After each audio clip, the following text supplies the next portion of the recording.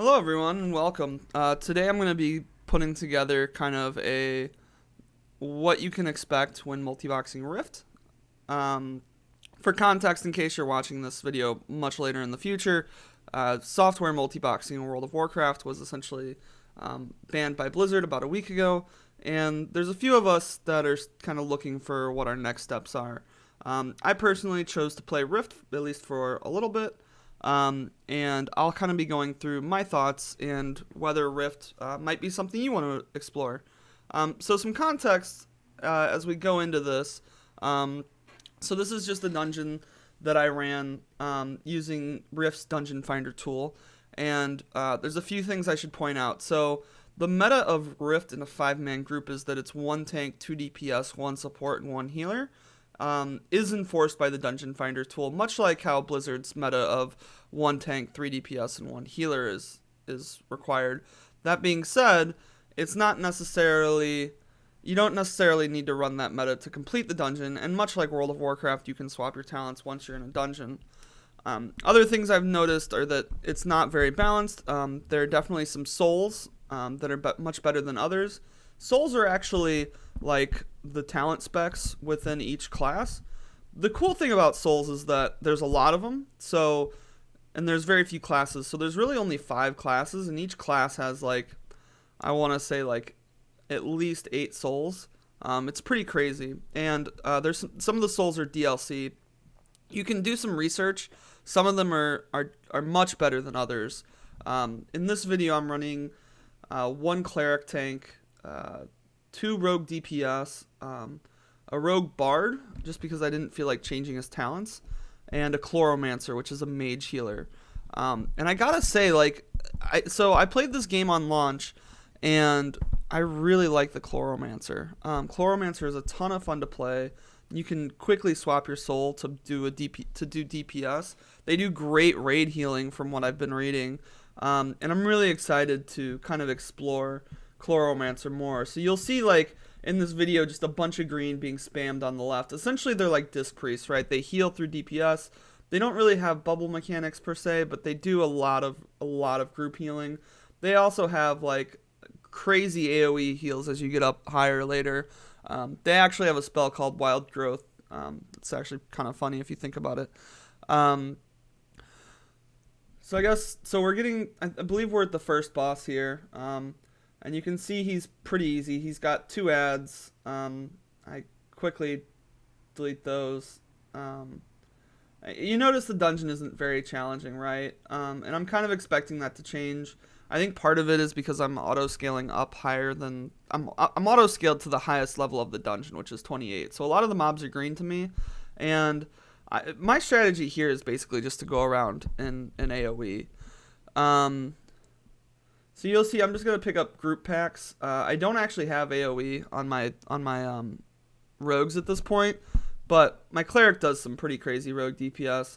So what I'm basically doing is I'm tabbing through each mob and I'm applying a dot from both my chloromancer and my rogues. And what that does is the chloromancer dot actually heals the entire group. So you'll see an increasing amount of green on my left as I'm going through, and the dot from the rogue has a cast time, but also gives a combo point. And I'm not really doing anything fancy. So one really nice thing about this game is you don't need some crazy configuration in order to get it running. I seldomly cast a direct heal. In fact, I'm not using any healing setup at all for this. I'm using almost a completely out of the box IS Boxer config to accomplish all of this. I've got auto assist running. I've got follow working, obviously, and I've got a couple other movement keys for the party that I'm using, but that's about it. And I guess one thing I didn't really plan when I was making this video, but I did want to kind of cover, one kind of annoying thing about this game is that there's no game helper for it, right? If you have only multi-boxed in World of Warcraft, this is kind of a new concept to you, but not every game, and in fact I think WoW is the only game where there's a game helper and macros are generated for you automatically. In other games, you have to actually create the follow macros yourself. And Rift is no exception. So on each of your characters, you have to create a follow macro that has the FTL modifiers in them, and you have to create an assist macro that has all the FTL modifiers in them. You have to create an interact macro, and you have to create a party invite macro for all those things to work.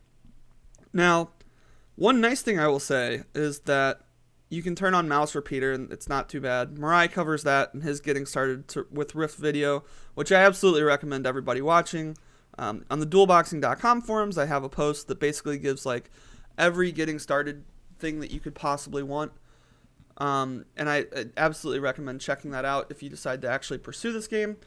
So you can see this is the second boss here, and I actually like locked 2 of my characters out of the boss fight. I don't know how follow broke here, but I just really wasn't paying attention. But you can see still, this boss is a joke. The whole dungeon's a joke. I ran it in like 11 minutes. This was my second time running it. Yeah. Let's see. Yeah, so, you know, this game's interesting, right? Because I think this game had a lot of great ideas, but a lot of them never really were executed to the polish that one would really expect in an MMO. At least coming from a game like WoW, right? This definitely is a WoW clone, and it steals a lot of concepts from a lot of different MMOs. But there are some interesting features as well, right? Like the brand feature of rifts, I think were a ton of fun. They even have raid rifts, but it's essentially like an in-world scenario that you go and do, and then you kind of get the rewards immediately, and you can just hop around and choose your adventure in the real world, which is like, I mean, it's a lot of fun. It's definitely something to experience yourself. I think if you were to jump into Rift in 2020 now, I don't necessarily think that you would, I don't think you'd get to fully appreciate the rifts right away. You might at max level, and I definitely want to create a follow-up to this video. I feel as though a lot of this stuff is going to be changed, or my opinions are going to evolve, so I'm really trying to avoid talking too much about it. I guess one thing I should talk about is kind of the free-to-play model in this game. And one of the benefits, I guess, of playing this game is that it is free-to-play to some extent, right? So I haven't spent a single dollar on this game beyond what I spent in, like, 2008 or whenever this game came out. And I would say that their free-to-play model is pretty balanced. You definitely, a lot of the things that you need from it aren't really required, right? Some souls are like DLC content. They have a patron model, which is like, give us $15 a month and we'll let you level 40% faster, which actually isn't bad. I think it's pretty fair, right? Like, if you pay them money, like a little bit of money, you can level faster. And I think that that's pretty significant and definitely probably worth it. A lot of the boxers that I know right now have decided to kind of go that route, and I think it makes sense. I'm trying to kind of get a sense for how slow leveling is, just so I can kind of share my opinion before I spend the money, but that's just my personal take. This is the third boss, so he'll cocoon one of my characters. You see he's actually casting, he's about to do it now. And then I kind of have trouble finding it. There it is. I go ahead and do that. And I'm just AoEing all these extra things down on my cleric, because my cleric does pretty good damage, and just holding aggro. And again, it's pretty easy. No one's really taking any amount of damage. Now I'm going to finish killing all these things. The lack of AoE is definitely frustrating at this level, but I do end up getting it later, so it's not the end of the world. And then I think the last point that I should probably quickly touch on, because I'm running out of time, is just kind of talking about the leveling cap and kind of the leveling experience. So the level cap is level 70, and once you reach level 65, you're in the latest expansion. What's nice is the leveling path is pretty linear and obvious. It's really not hard to figure out. I think Chromie time, while cool, was very clunky, and I don't feel like this is that clunky. You can adjust your levels down to like do quests. So like, say I'm level 30 and I've only quested in the world to level 15. I can actually reduce my level to level 15 and go complete that quest and get full experience. which is pretty cool.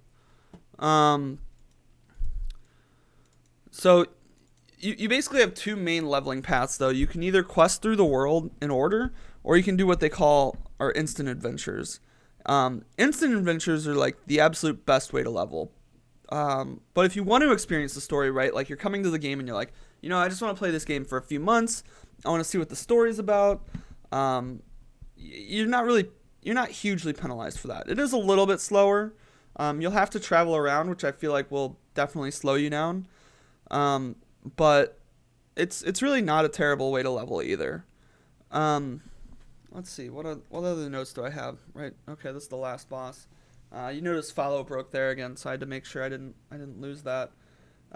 This boss is like a council fight. The other ones heal after you kill another one. I think they also gain an ability. I actually remember this dungeon being pretty damn hard on vanilla release. You can see I'm just going to leave my character standing in fire here for like 30 seconds before I finally decide to move him.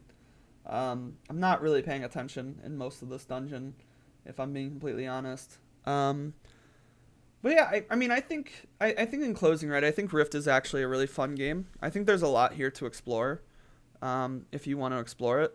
And I absolutely recommend it if you're kind of looking for something to do that isn't going to break the bank in the meantime, and you're waiting for Final Fantasy 14 to go on sale. I think this is like probably one of the best options you could have out there. So yeah, thanks for watching. If you want to join us, we are on the Boxer Discord and the Rift channel. So come say hey. If you have any questions, feel free to reach out or go on the dualboxing.com forums as well. Thanks. Have a good one.